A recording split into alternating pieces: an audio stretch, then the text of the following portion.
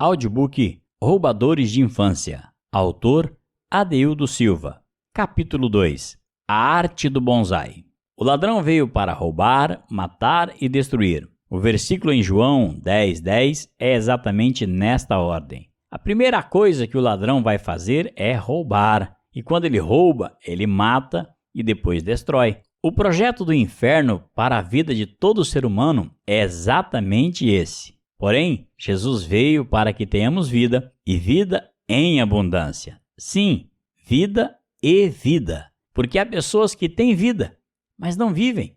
Deus me deu uma frase: pior do que morrer é viver como morto. Algumas pessoas estão vivas, mas não têm prazer na vida e nunca estão bem com nada. E ao anjo da igreja que está em Sardes escreve: isto diz o que tem os 7 Espíritos de Deus e as 7 estrelas. Conheço as tuas obras, que tem nome de que vives e estás morto. Apocalipse, capítulo 3, verso 1. Assim é a realidade de muitas pessoas. Olhamos para o exterior e estão vivos, mas por dentro estão mortos. A ciência já comprovou 2 fatores principais para o comportamento do ser humano: hereditariedade e influência do meio ambiente. Quando nascemos, trazemos conosco todas as combinações dos nossos ancestrais. E quando uma criança nasce num ambiente de violência, ignorância, pobreza, tem uma grande tendência a permanecer nos padrões onde foi criada. E isso a acompanhará a vida toda. O pediatra e psicanalista Donald Woods diz-nos que a conduta antissocial é um grito de desespero para o sujeito que reivindica do social aquilo que lhe foi prometido. O seu futuro vai ser definido como você foi tratado na sua infância. A base da sua história de vida está ligado ao tempo de inocência. Quando o seu cérebro era neutro, era como uma tela em branco. Por isso recebeu todas as informações que enviaram, mesmo as falsas, como sendo verdadeiras. Muitas pessoas são a favor da ideologia de gênero, que está sendo implantada nas crianças, porque sabem que se destruírem as crianças, destroem toda a vida. Provavelmente foi isso que aconteceu com elas, e elas querem que os outros sintam a mesma dor que vêm sentindo há anos.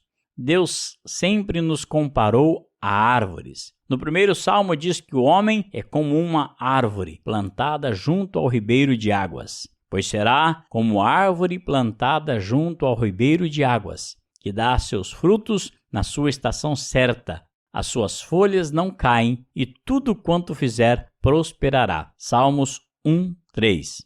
Este texto é muito interessante quando você estuda sobre árvores e raízes. Entende que, na verdade, as folhas é que puxam a água, mas elas usam as raízes para esse trabalho. Eu comecei a estudar sobre uma técnica chamada a arte do bonsai. Essa arte é usada há milhares de anos.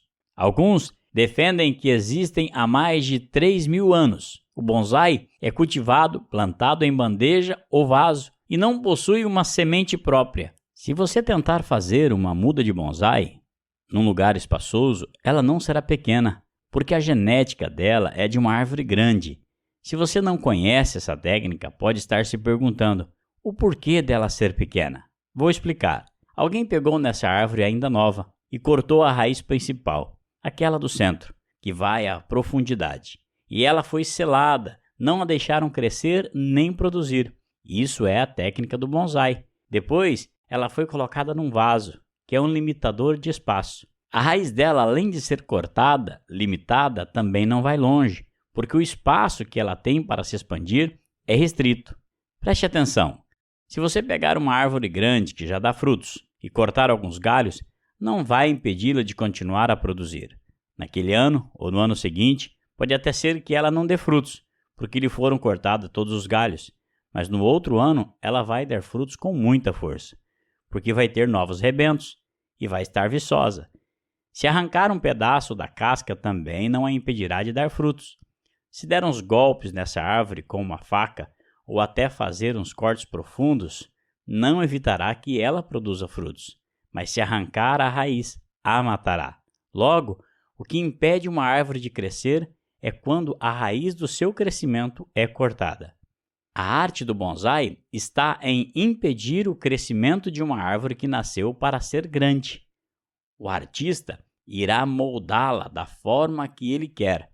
Ele precisará, talvez, usar algumas estacas e ferros, moldes onde aquela pequena árvore, ainda muito flexível, será amarrada a fim de entortar o tronco e ficar na forma que o artista tem em mente. Na verdade, aquela não é a essência da árvore. Ela não nasceu para ser pequena. Alguém a fez assim. E um detalhe, ela tem que ser nutrida todos os dias com adubo, fertilizante e água. Todos os dias, alguém tem que pegá-la e colocá-la ao sol. Ela não irá conhecer o inverno, não vai passar o verão nem o outono. Terá sempre o mesmo clima. E agora, quem moldou a árvore vai ter que sustentá-la. Ela viverá de migalhas. Assim é a vida de muitas pessoas. Quando você era pequeno, alguém cortou a sua raiz. Alguém colocou você dentro de um vaso, colocou limites e todos os dias foi alimentando você da maneira que pretendia. A Bíblia fala de um homem que era colocado à beira do templo e ali ele pedia esmola todos os dias.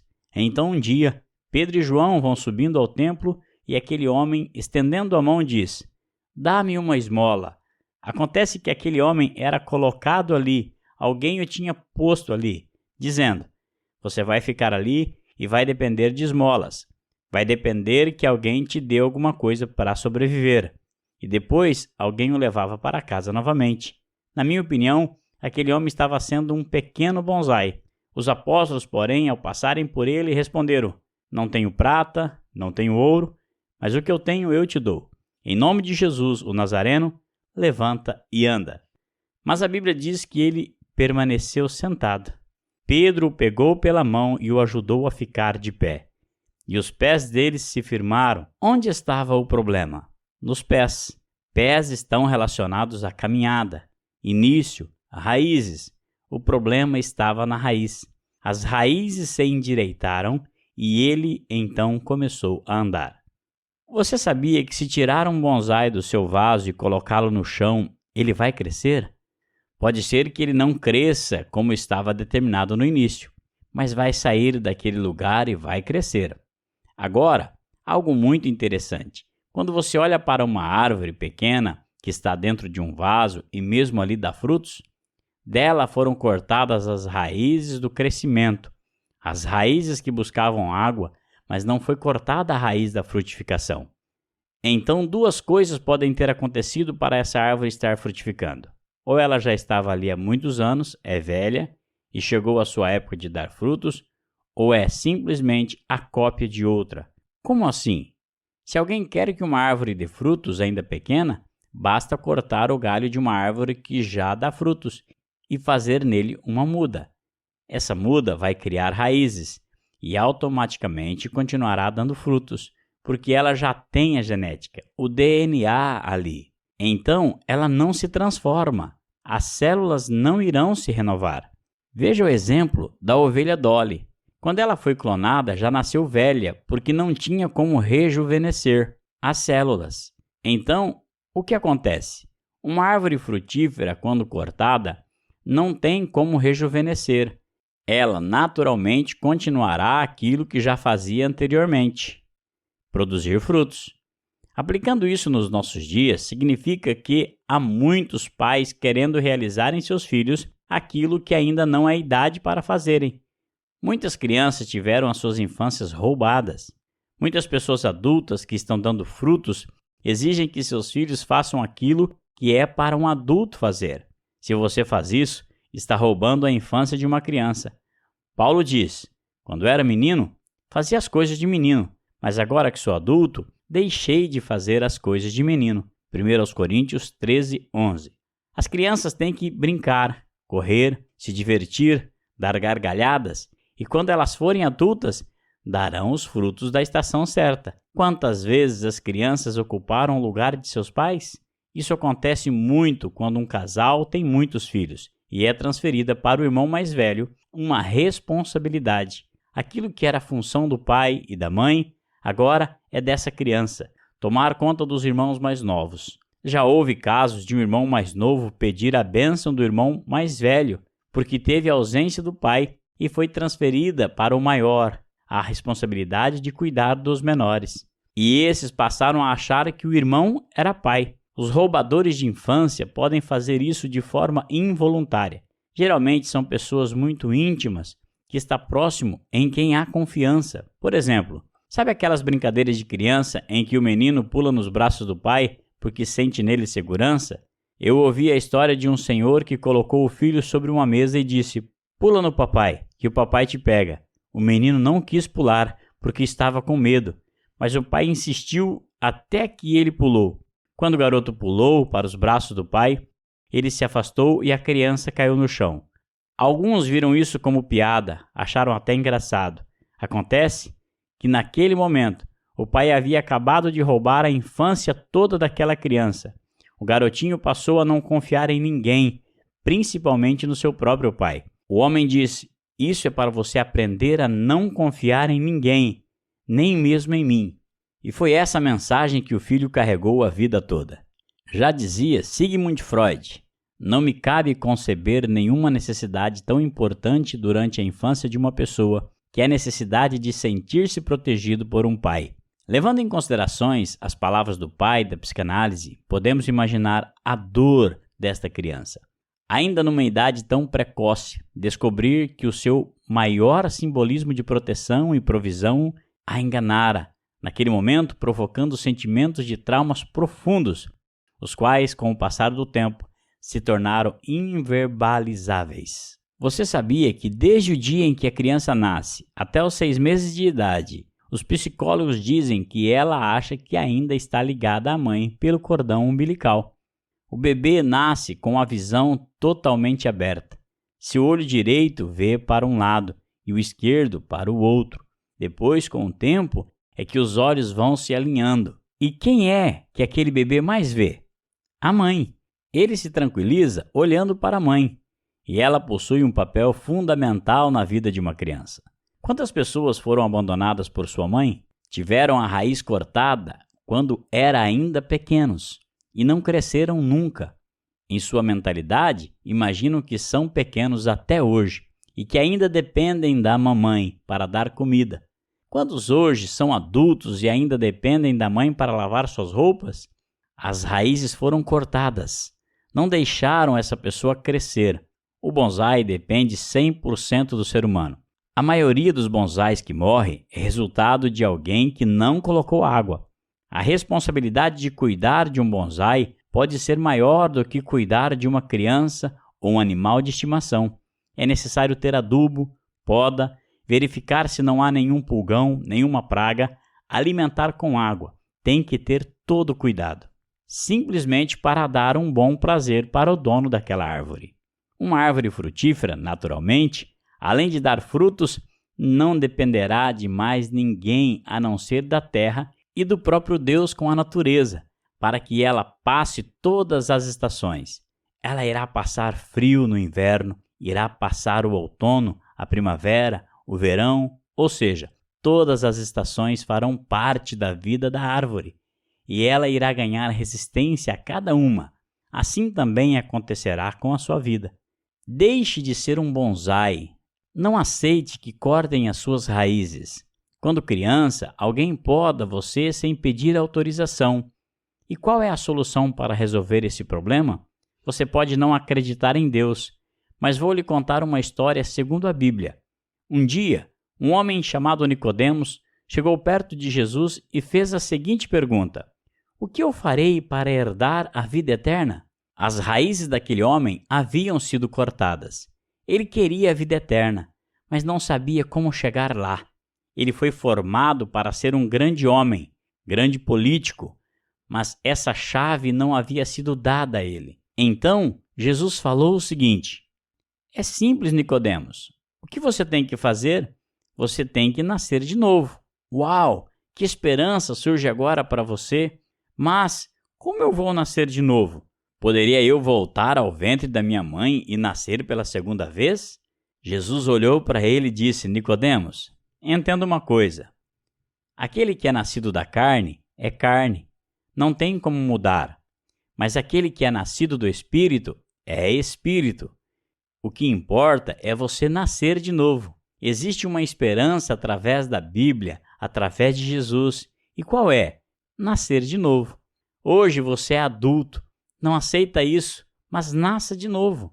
Nasça dentro de você uma nova esperança, uma alegria. Nasça dentro da sua alma de novo e não deixe agora ninguém cortar as suas raízes. Portanto, só existe uma forma de você deixar de ser um bonsai: nascendo de novo em Cristo Jesus, sendo uma nova criatura e o aceitando como Salvador.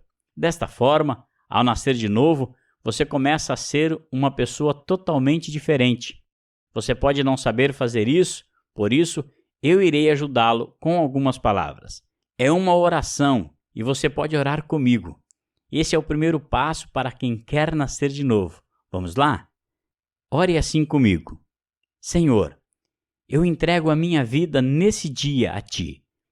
Eu sei que muitos podem ter cortado a minha raiz, mas neste momento eu Te aceito como meu Salvador. Eu quero ser uma nova criatura. Eu quero ser uma nova árvore plantada no Teu jardim. Se for para eu dar flores, elas serão as mais bonitas, mas se for para eu dar frutos, os meus frutos irão alimentar muitas outras pessoas. Por isso, hoje eu chamo o Senhor como o meu Salvador, meu jardineiro, que me tirou desse vaso e me colocou em terra para que eu possa crescer. As minhas raízes irão crescer e eu irei buscar águas profundas e frutificar, porque hoje eu estou nascendo de novo. Em nome de Jesus, eu declaro que Jesus é o meu Salvador. Amém. Esse é o primeiro passo. Começou a germinar em você uma nova raiz. Você vai estourar esse vaso, vai arrebentá-lo, conquistar e dar muitos frutos.